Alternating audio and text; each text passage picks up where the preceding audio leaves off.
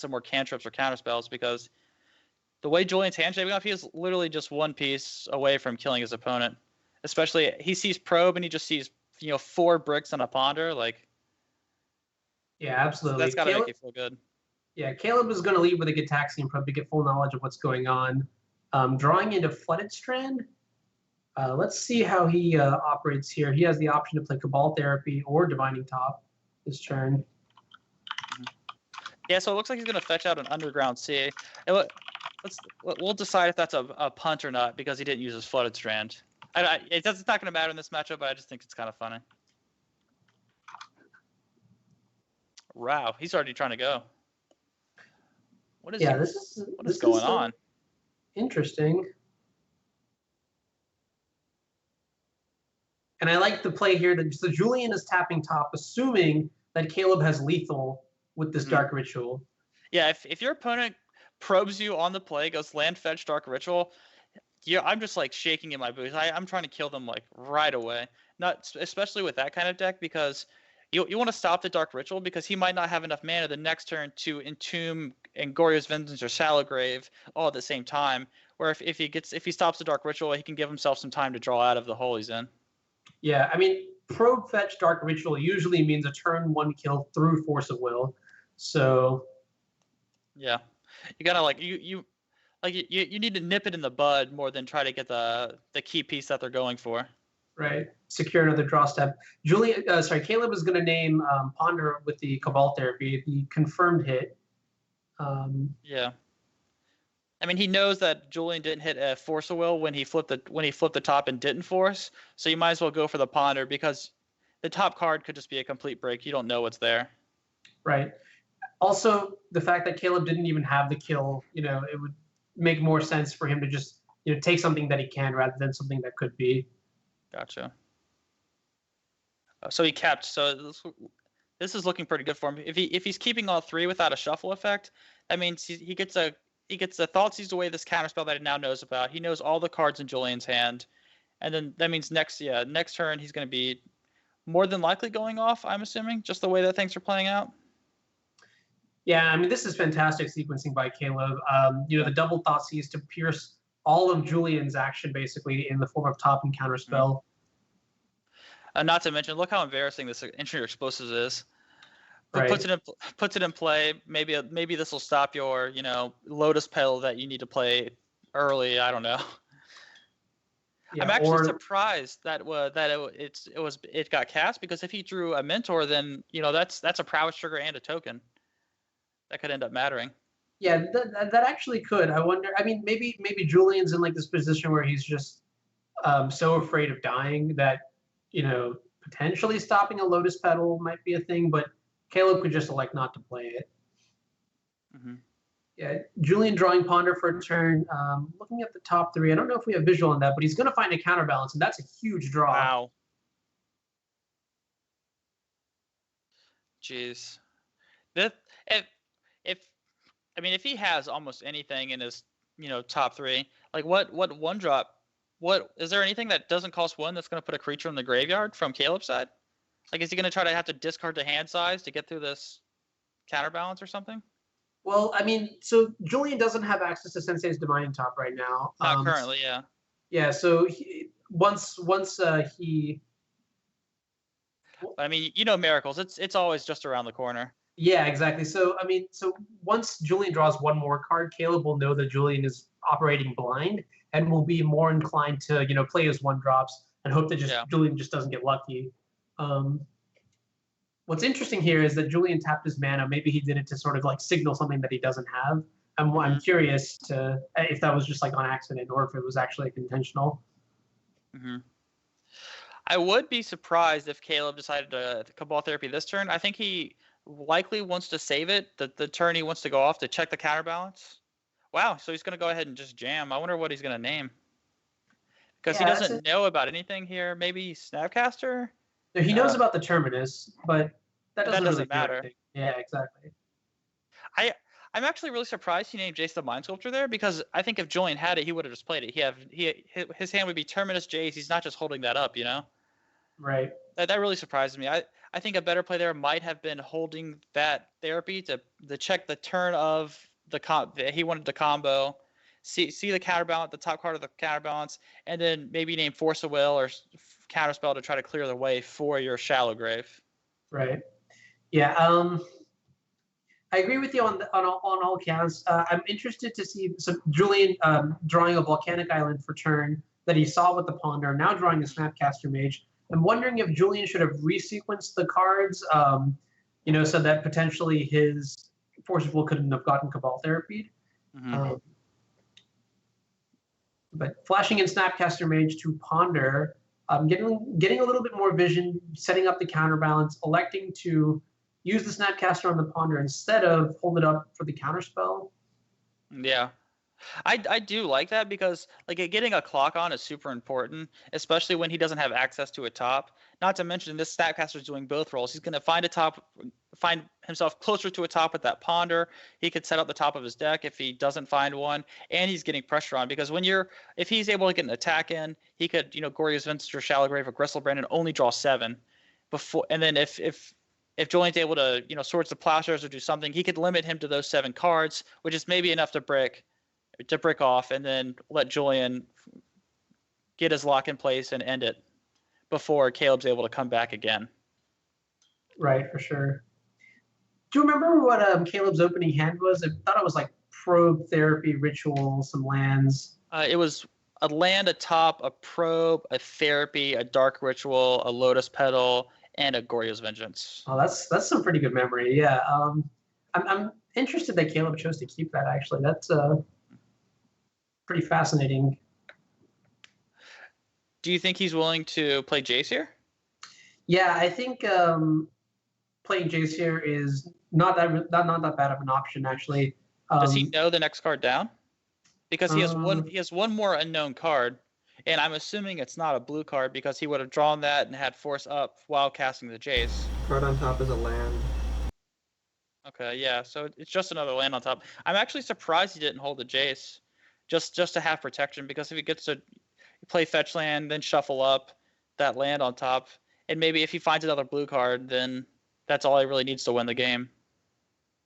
Okay, yeah, that's a good point. Maybe he's just banking on getting a little lucky. And wow, this Entomb is big game, like the biggest game. Like this is just so punishing because if he had that Jace in his hand, he hadn't to cast it, he could just force this Entomb, which I think he has to do. And he also should have played this Scalding Tarn first, because now he can't fetch away that land on top and get a counterbalance check. Yeah, absolutely. So it looks like he's really getting punished from all sides from this line that he's taking. I wonder if this is going to be enough to let Caleb, sneak back in the door right before it's too late. Yeah, that's actually and you know what? I think it's significant enough that it'll give Caleb a chance when he didn't actually have anything going on. Yeah. Yeah. So I mean, especially if I think Caleb tapped his top to find that Entomb, but I mean he just shuffled up. So if he draws land, then even if Julian finds a blue card, he has to have a 2 to put on top, and he found none. So he's just at some blind shuffle luck and see how that works out. Because even if he found a blue card for that Force and Caleb drew a land, he can just Shallow Grave again. And even if he doesn't draw a land now, it looks like Caleb is really just in the driver's seat, because if he misses on his 2 and he finds a blue card and he forces, then I mean Caleb can just go again in just following turns. Yeah, I mean it's pretty unfortunate. This Jace, drawing multiple lands and white cards, not finding a blue card, which was the most important thing. Wow, like bad news. If I'm Julian here, I don't crack my fetch and I don't reveal off that counterbalance. I just let him draw his card, and maybe he lives in fear of you having it too. That feels like the only chance you have so far. For sure, but the thing is that we know Caleb's hand. I don't think Caleb is going to care what Julian does. He's going to cast one of his 3 spells. I think so too. Probably just get away with it. I mean, I think I agree with you. I think that's what's going to happen, but man, it feels risky. Julian with the comment, and here I am thinking you're Storm. That would make sense why he didn't play the fetch land before the Jace, and he played the Jace without being too scared, because Storm is much colder to a counterbalance than this deck. Yeah, especially because game winner. because you think Storm has all the 0 mana artifacts to get caught by lands, which are fine. The 1-drops, the 2-drops, they're all crucial to Storm. Where in this deck, that's not nearly the case. So if he was playing like he was playing against Storm, that would make way more sense, as well as playing the Engineer Explosives on 0, because if you lead on LEDs and then play some, if you have 2 LEDs or something along those lines where you need to sequence your cards in an odd way, then he can crack the EE and just cut off the LED mana. So I do like the playing of Engineer Explosives now that Julian thought his opponent was on Storm, but really he's just getting punished in every way imaginable in this game. Yeah, I mean, also Engineered Explosives has the upside of killing goblins from Empty the Warrens. So I mean, it makes even more sense, if Julian thought it was Storm, for him to play the EE out. Get it in play so one of those goblins couldn't flash back a Cabal Therapy and really ruin your day. Right. Yeah. But it looks like, I mean, he has to fetch here, I'm assuming, because his top card is just what, land, Swords of Plowshares, and. Yeah, and actually, I mean, Julian's dead right now either way, because Caleb can just respond with the Shallow Graver or Vengeance right now, since he knows what the top of the deck is. Yeah, I'm wondering if Caleb's going to do that, because if he does that, then all his mana for the rest of the turn is going to be from Lotus Petals and Rituals, because if he uses the other, I can't think, if he uses the other Shallow Graver in response, or the other, Goryo's Vengeance, then he's just on bricks, or bricks mana wise. Let's say if Julian shuffles up, he lets this other Shallow Grave resolves, Gristlebrand's in play, and then the top card of his deck is a land, then Caleb's locked out of mana for the rest of the turn, and he can only draw 7 cards because he's at 9 now. So let's say he'd attack, he'd go to 16. If he drew 14, Snapcaster would kill him. So yeah, I mean, for sure. It feels like he's at the mercy of Julian not having a land or a 1 on top to stop Dark Rituals and Lotus Petals. Yeah, I mean, drawing 7 cards might give him some space, to sequence a couple things, play instant speed spells to manipulate, or in response to whatever Julian does to manipulate the top of his deck. Mm-hmm. But it's not guaranteed. I mean, especially not at all. Yeah, especially if Julian just drops a 2 mana spell on top of his deck, that really does just turn off, all of the Shallow Graves, Goryo Vengeances, and what have you. Yeah.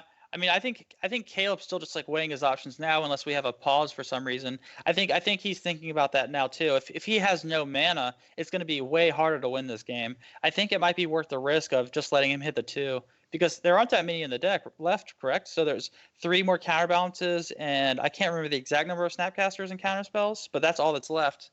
Yeah, I think it might be 2 copies of Snapcaster remaining and 1 copy of Counterspell remaining. Gotcha. Yeah, I mean, so the question is, we know that that Caleb knows about the Terminus and the Forceful, right? Correct. The question that Caleb is asking himself is, did Julian find a blue card off of the Jace Brainstorm? Now we know it's a Scalding Tarn, but the question is Caleb going to take that risk? I bet he's doing the math right now to figure out what the probability is of Julian having drawn that. I mean, even if he did draw a blue card, I think you want to let this first counterbalance resolve. So if he drew a blue card and so Caleb knows Julian's top card's not a 2. If he drew a blue card and he shoves the other Shallow Grave on top of the fetch land, then Julian just forces that, and then you're in the same spot of him trying to find a 2. So I do like what Caleb did, where he cracked his fetch land. You could see him clicking on the Goryo's Vengeance going to cast it, then realize that might not be the best line. And that's one thing that I think is important for a lot of players to do, is you start making a decision, and then partway through you might realize that's not the best thing for me to do, or even after a mistake, and it's easy to tilt off or just say, I've already started down this path. But I think you need to step back and say, treat it as a new game. Say, how do I win from here? And I think that's what Caleb did. Yeah, that's an advanced concept, and I think it's not something that's blatantly obvious. Yeah. Mm-hmm. Because I mean, cracking that fetch line was not good, because now he can't attack and draw 7 more cards, because now he's at 2, and then Snapcaster would kill him on the way back. So he's kind of forced himself down a path he didn't want to be, but he did say, what's the best way to win from here, and realized it was letting counterbalance trigger resolve. And I believe Julian revealed the force of will to the shallow grave. Yep. So, I mean, he knows Julian's hand is just bricks at this point. He knows that he doesn't have a counterspell. He doesn't have force, blue card, no way to interact. So he's basically free to reign because there's no 5-drops in that deck. And it looks like, does that deck, I believe it only plays, what, 1 Emrakul or 2? It might just be 1, because if he had 2, there's an obvious kill of Entomb the second Emrakul using a Chrome Mox, and then, shallow graving the Emrakul for lethal. The question, go ahead, sorry. No, I was just saying, yeah, you're right. There's obviously only 1, because he would just go ahead and end the game now, but that's not a possibility at this point. Yeah. Caleb does have the Brainstorm, but there's a lot of risk. I mean, Dark Ritual to draw. And I can't see the rest of his hand, but this game is just over at this point. He's going to get Children of Koilos and just end the game. He's going to have too much to overcome at this point. He's going to gain 14 life. He can draw another 14 cards and just end this game with the Tendrils. Sounds about right. Some mediocre technical things happening. Gotta say, Caleb does have a very nice beard. Yeah. Give me just a second. I'm sorry. Yeah, no problem. So Caleb going for a kill here. He knows the top card of Julian's library is a counterbalance. Yeah, it's just motions at this point. Right. Because he knows Julian has no interaction. He has no way to counter, literally nothing to do. He's just sitting here waiting to die. And I guarantee you Caleb will help him out with that. Yeah, and then you made the right call. Shallow Grave being cast to bring back the Children of Corals. Corals or Coralus? I gotta get the card. Koilos. It's. Oh, okay. Yeah, like the Painland. Gotcha. And it looks like my camera's having some trouble coming through. I'm not exactly sure why.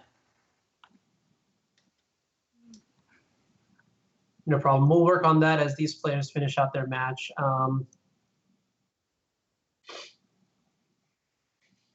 Caleb has 9 cards left in his deck now, so pretty much. That's just it. He could brainstorm if he really needed to get a little bit deeper. I'm sure he has another Shallow Grave that he could throw that Children in play to draw the last everything but 2 cards. Like, we really are just waiting for counterbalance triggers and Tendrils to go on the stack. Yeah.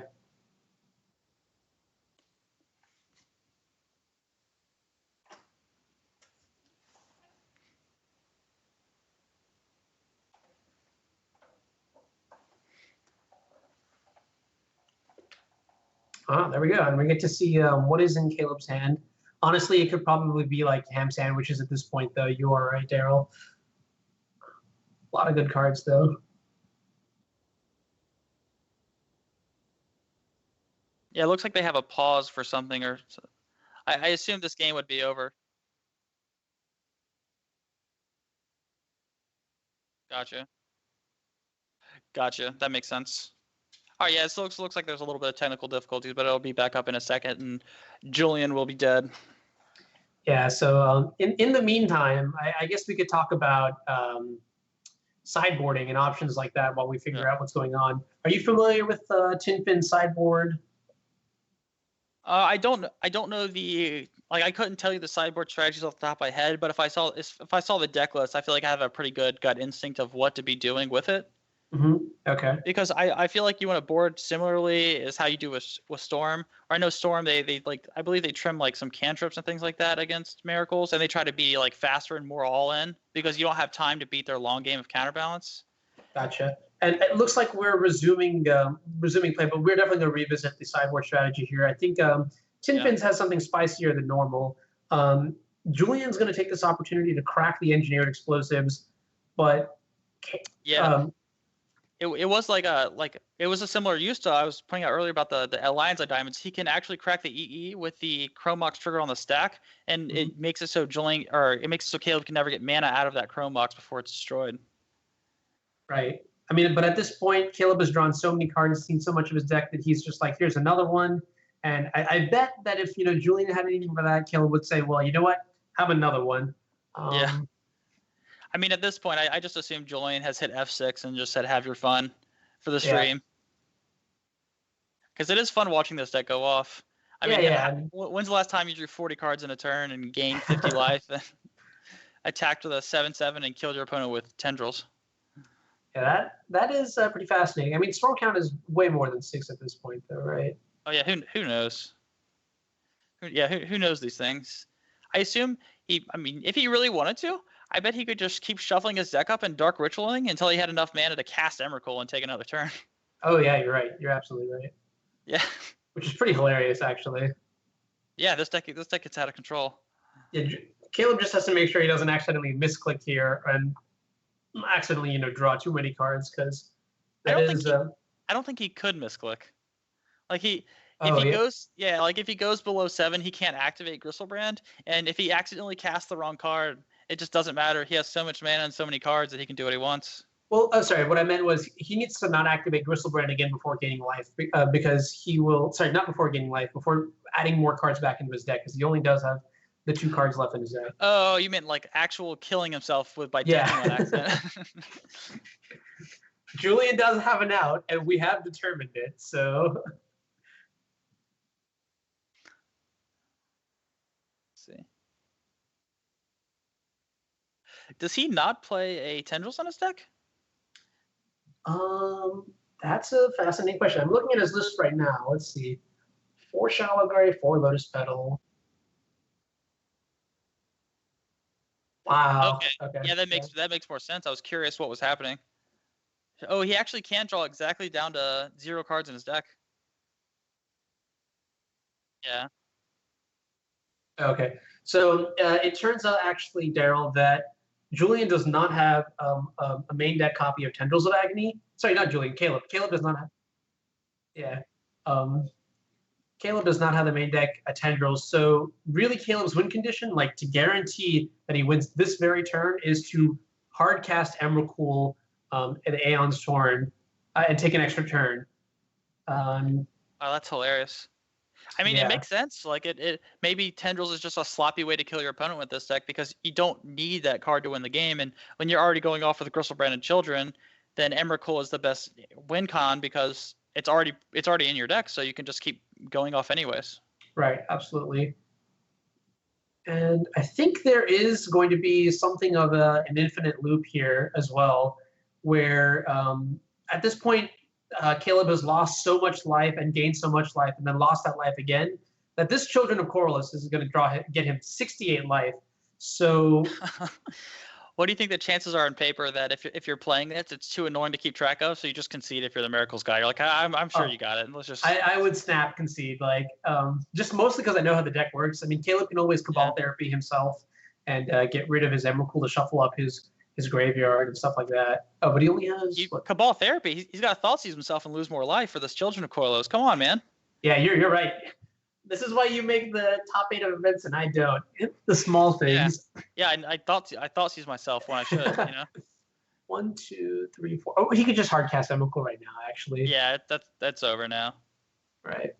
Actually, he can't. He needs to shuffle up one more time, or he's gonna have no cards in deck. Oh yes, you're right. I wonder if he messes up. Or no, it looks like all right. He sees it.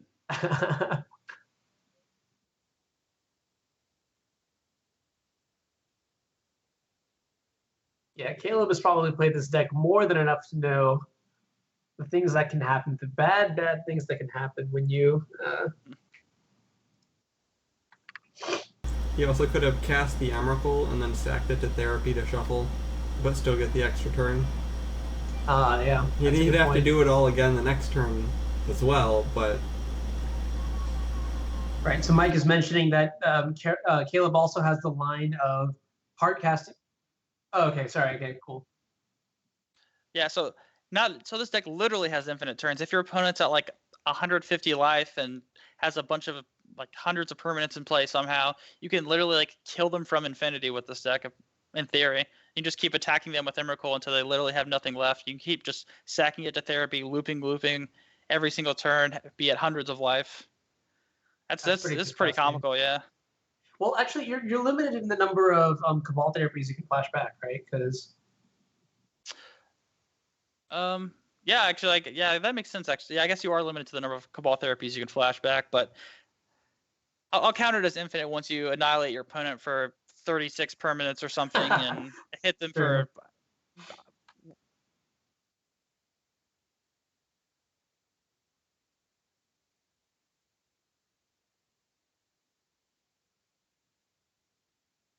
All right.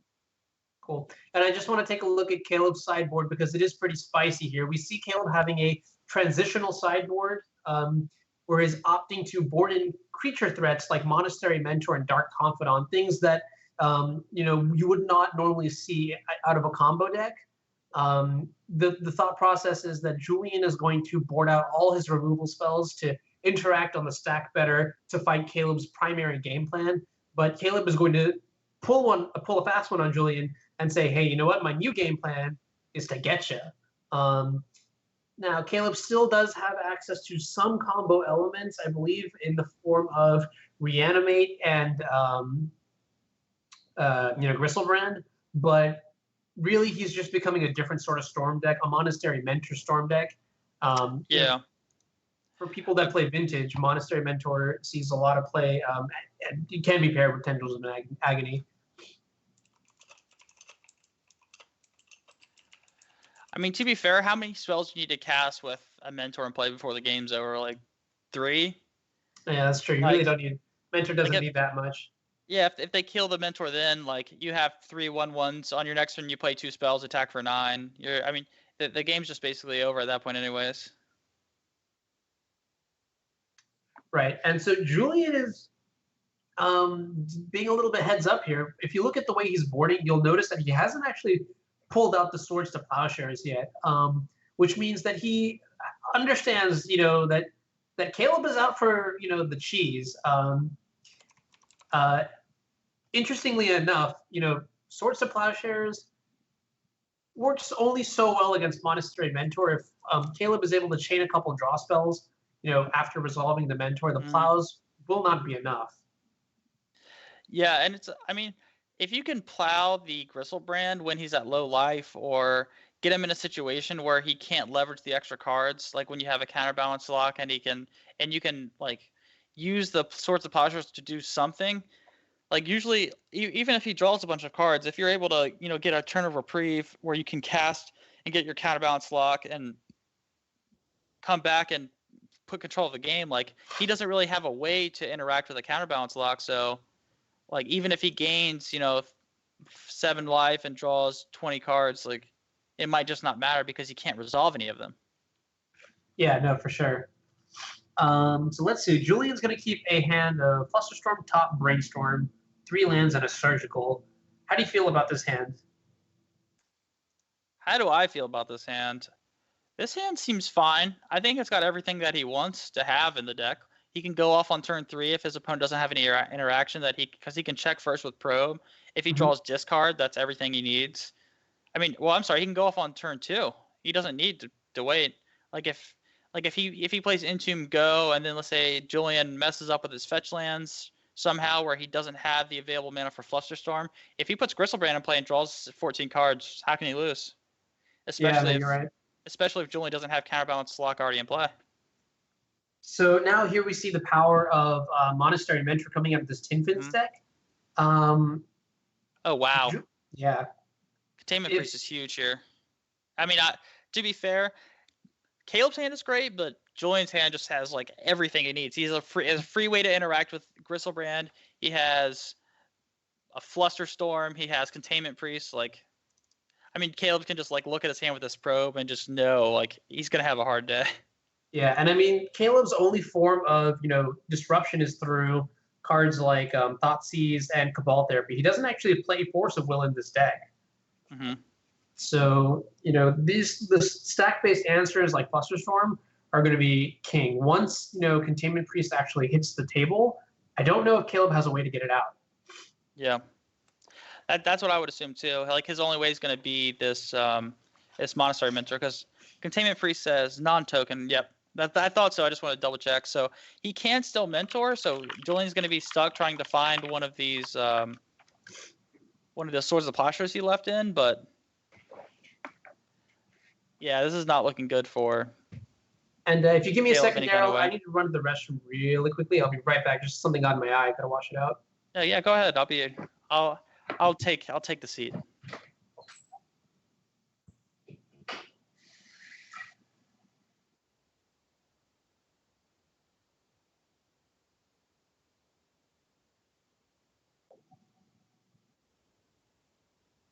Okay.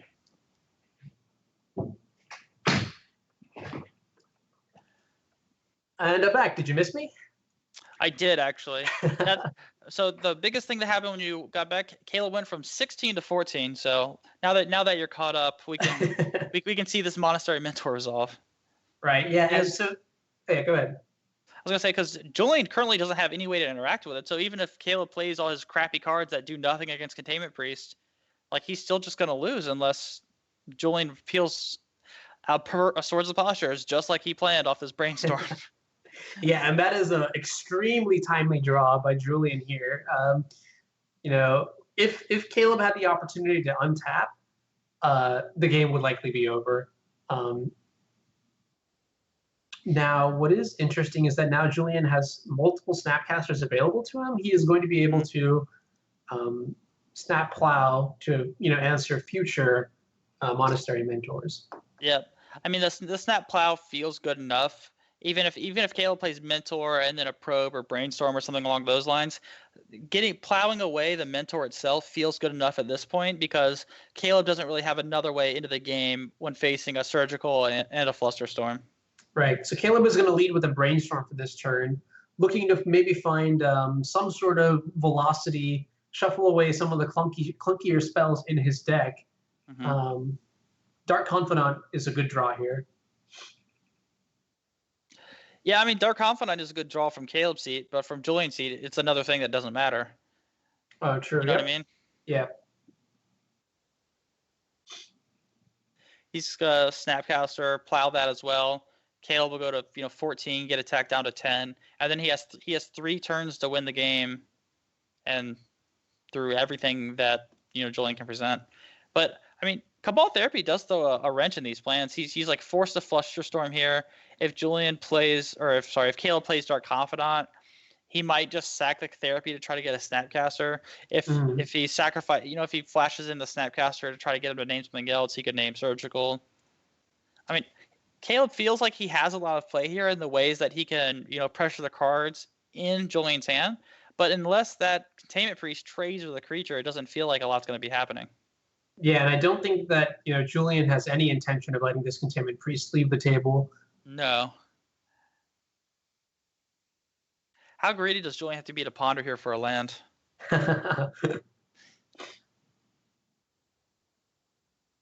All right. Yeah, Julian won't take that risk there. Yeah, he's got to be a lot more greedy than he is already. So there is one extra line that Caleb does have at his disposal that we haven't discussed yet. And if you look at Caleb's board state, there's something that's been growing over the last few turns, and that is his mana base. Caleb does have the option to draw into multiple Dark Rituals. Oh no, he boarded his Dark Rituals out, right? I mean, he'd have to chain together a lot of spells to kill Julian.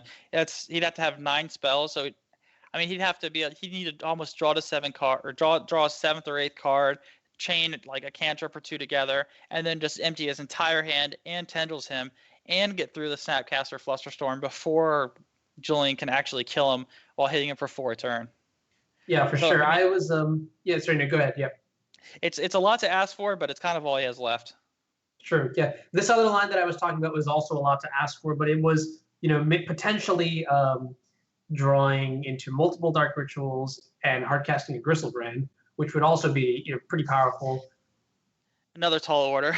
Yeah, exactly. That being said, I do believe Caleb did board out his Dark Rituals, so maybe that line isn't actually available like I thought it was. Yeah. How many tendrils did he board in exactly? I didn't see the precise number when looking. The sideboard has 1 copy of tendrils. Okay, so he a trick the old Storm decks used to do against the standstill decks of legacy of old was board in up to 3 to 4 tendrils, and then cast 4 or 5 rituals, get a bunch of them countered, then just tendrils you. Like how can you beat 13 copies of tendrils? I mean, that's not something that's realistically going to happen most of the time. Yeah, absolutely. That grinding station approach is actually used by a lot of decks, a lot of Storm decks now. For example, if you looked at Rodrigo Tagoras' list from the GP, he had multiple copies of Tendrils of Agony just for the Miracles matchup, where that grinding station approach is really good. Yeah. It looks like I might have my camera working in. I'm going to go ahead and exit the call and rejoin, and I will be right back and see if I can get that up. We are all waiting for your beautiful mug. And that beautiful pug. I gotta shout that out there.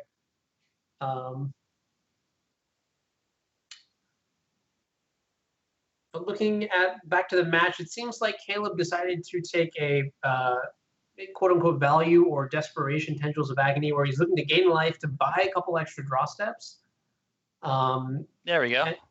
There you are. Face is back. Yeah, we were all waiting for you. So Caleb drew Thoughtseize for the turn, and in response, Julian is going to Snapcaster Brainstorm to hide away some of the goods. Gotcha. Yeah, I honestly can't even think of a way that Caleb can win this game now that he's blown his tendrils too. I mean, it was his only way to win, but I mean, he had to blow it to live too. So this just feels like when you're playing against Miracles and they have you under counterlock. The game hasn't ended, but it's basically over. Right. Interestingly enough, though, both of the Snapcaster mages that Caleb knew about have been deployed. So maybe if Caleb was able to draw Monastery Mentor this exact turn, which he wasn't able to, he could have gotten lucky. Yeah. It would be kind of funny if Caleb or if Julian is able to win this game and the next to 3-0 the finals with Miracles, a deck that he routinely complains about on Twitter of hating so much. Oh yeah, I had the blessing, the opportunity to play against Julian in the Legacy Festival, and 5 seconds into the match, Julian says, "Oh God, no," and then proceeds to absolutely obliterate me. But knowing that you have to play against Miracles with elves is never a fun thing. Yeah. Yeah, maybe after Wizards watches this, they'll realize they need to ban this deck.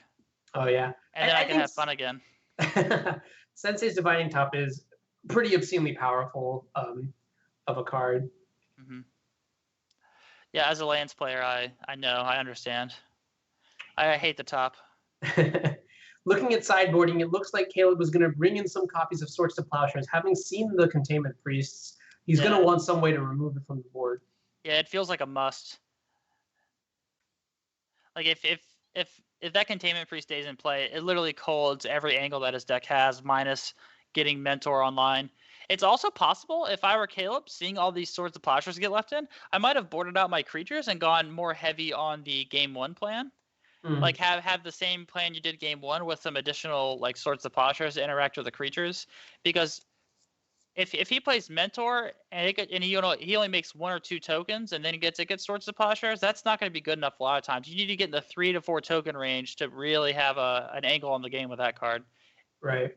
If you're not playing a fair deck. Let's take a look at both players' hands now. Both players have somewhat complicated hands. Looking at Caleb's hand, he's got a copy of Goria's Vengeance, Thoughtseize Ponder, Dark Confidant, Chromox, Monastery Mentor, and Lotus Petal. What do you think about this hand? Do you think Caleb should keep this or mulligan? I think Caleb's is tricky. That turn 1 Dark Confidant looks so juicy. I just want to snap it off so badly.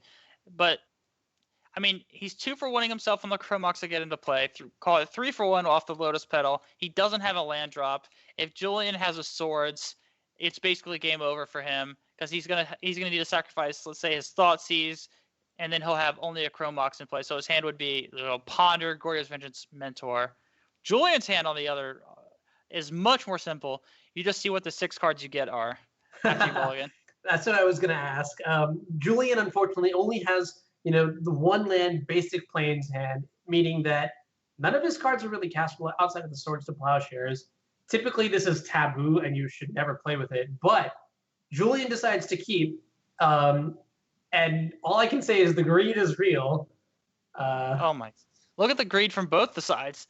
They're both out of their minds. Oh, I do like this play from Julian. He's leading off on Thoughtseize instead of Dark Confidant. But I mean, if he does draw a land, I think he play Mentor instead the first time. So I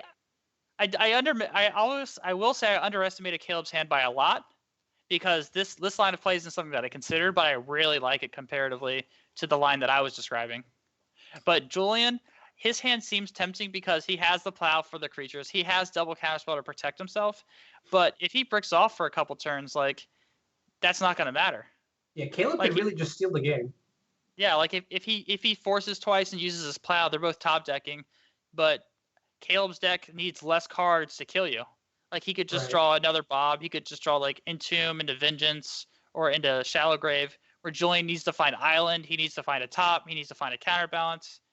And I think a 6-card hand is, like, more likely to yield you a good result than this hand is. Okay.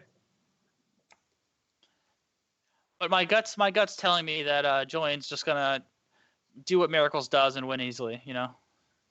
Yeah, I mean, he does need to see that extra, the land fast, because now he's got only a Force of Will. Yeah, he has to force this Mentor. Caleb's gonna have a top, and he's just like looking at the top of his deck for something. Yeah. Not to mention, let's say what if Caleb draws a Dark Confidant or another Mentor? Like, Julian's just sitting on bricks. And that draw, the second basic planes, is an absolute kick in the face. Yeah. And there's that Mentor too. I just assume that. Yeah, there you go. Blue source off the top for that snap plow. Like, wow. But I mean, like, think about it. If he bricked on this blue source, he's probably dead. Because, he really is, yeah. I mean, Caleb plays top, spins top. Maybe he finds a Brainstorm. Okay. Oh, and Caleb responds with the fire, drawing, what is that, a third creature, a second Monastery Mentor? Yeah. And then both players with incredible top decks back to back to back. Like, can you? I just can imagine being in their seat, like Caleb, like, playing a threat, and then just, like, you know, getting plowed, him, like, peeling land, snap plow, double Force of Will, and, like, each time one of them plays something, they're just, like, both tilting off the face of the earth. They're like, oh, I cannot believe it, and they're just like, take back what I said earlier about, you know, exchanging blows. That's exactly what's happening here. It looks like a Junmir. Both players are just, like, killing the other person's thing or making them trade resources and then just looking to the top of the deck. Seriously, yeah. I mean, I can just imagine right now, Julian's just like, yes! Yes! And Caleb is doing the exact same thing. Yeah, because keep in mind, if Julian wins this game, he's the champion. He wins the whole series. If Caleb loses this game, it's over for him. So, like, everything is a huge swing. So much on the line. This is incredible.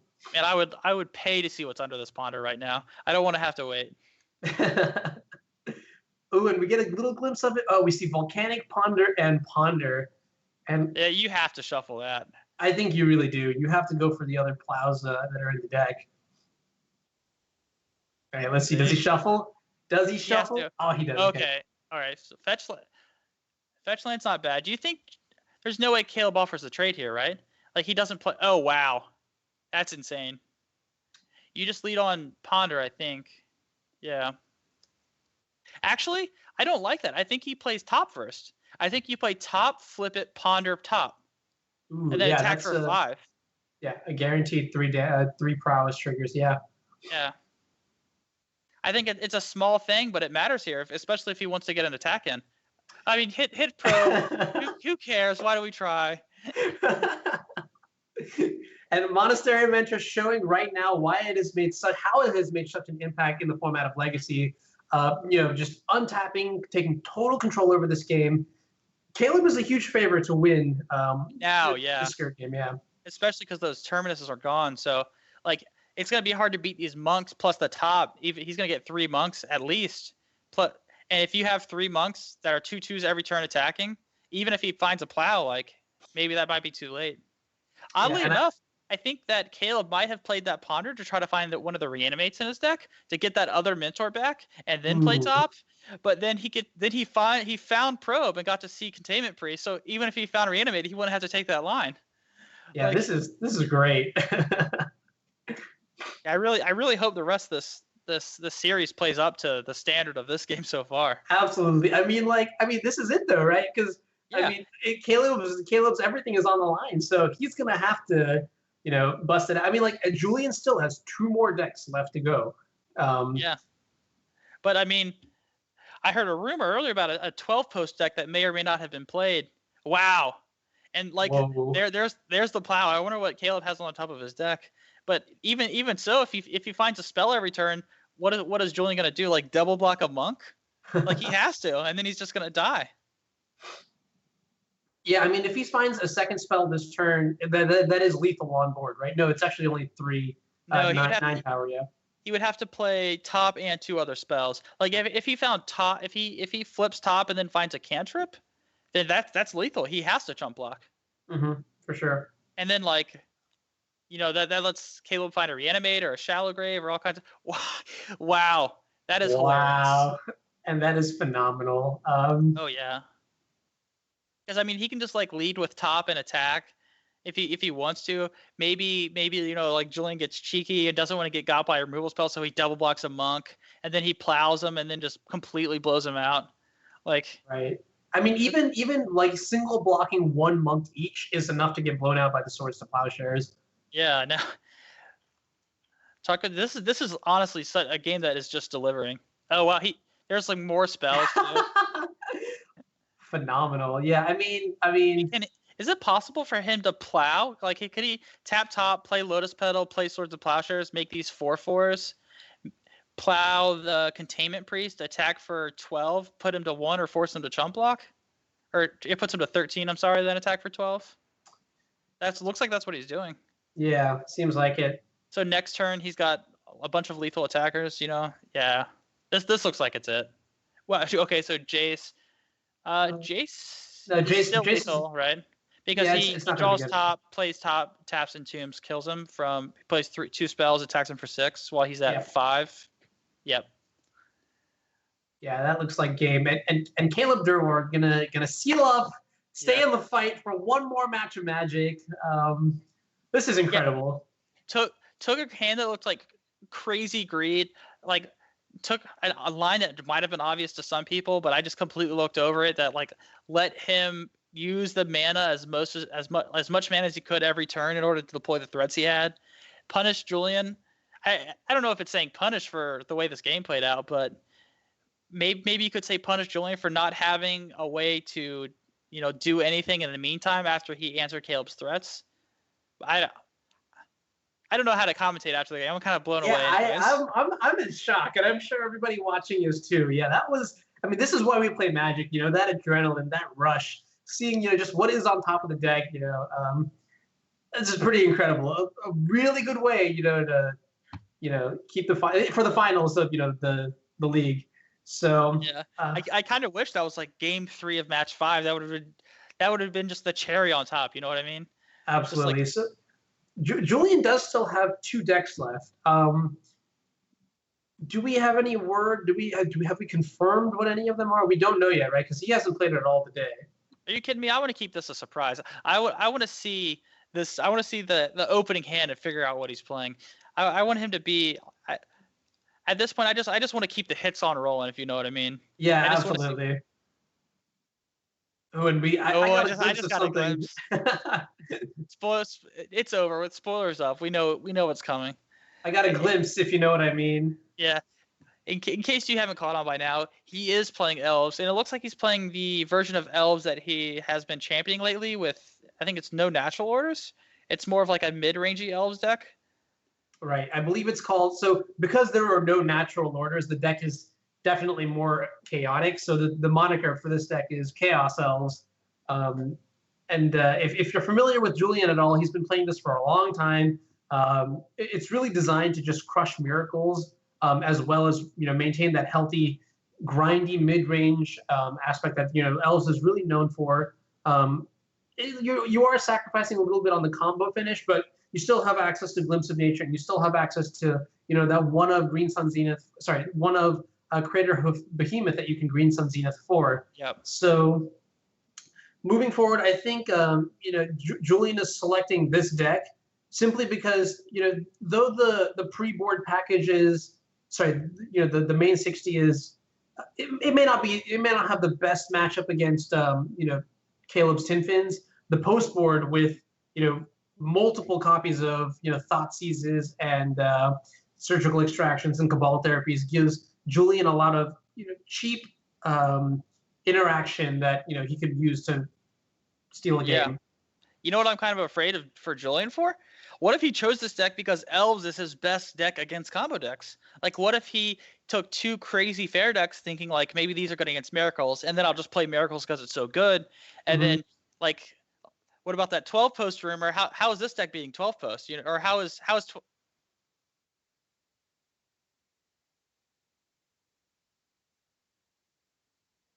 Sure, and we'll do that actually right now. We're going to take a break to broadcast our sponsors, South Florida Magic. Be right back.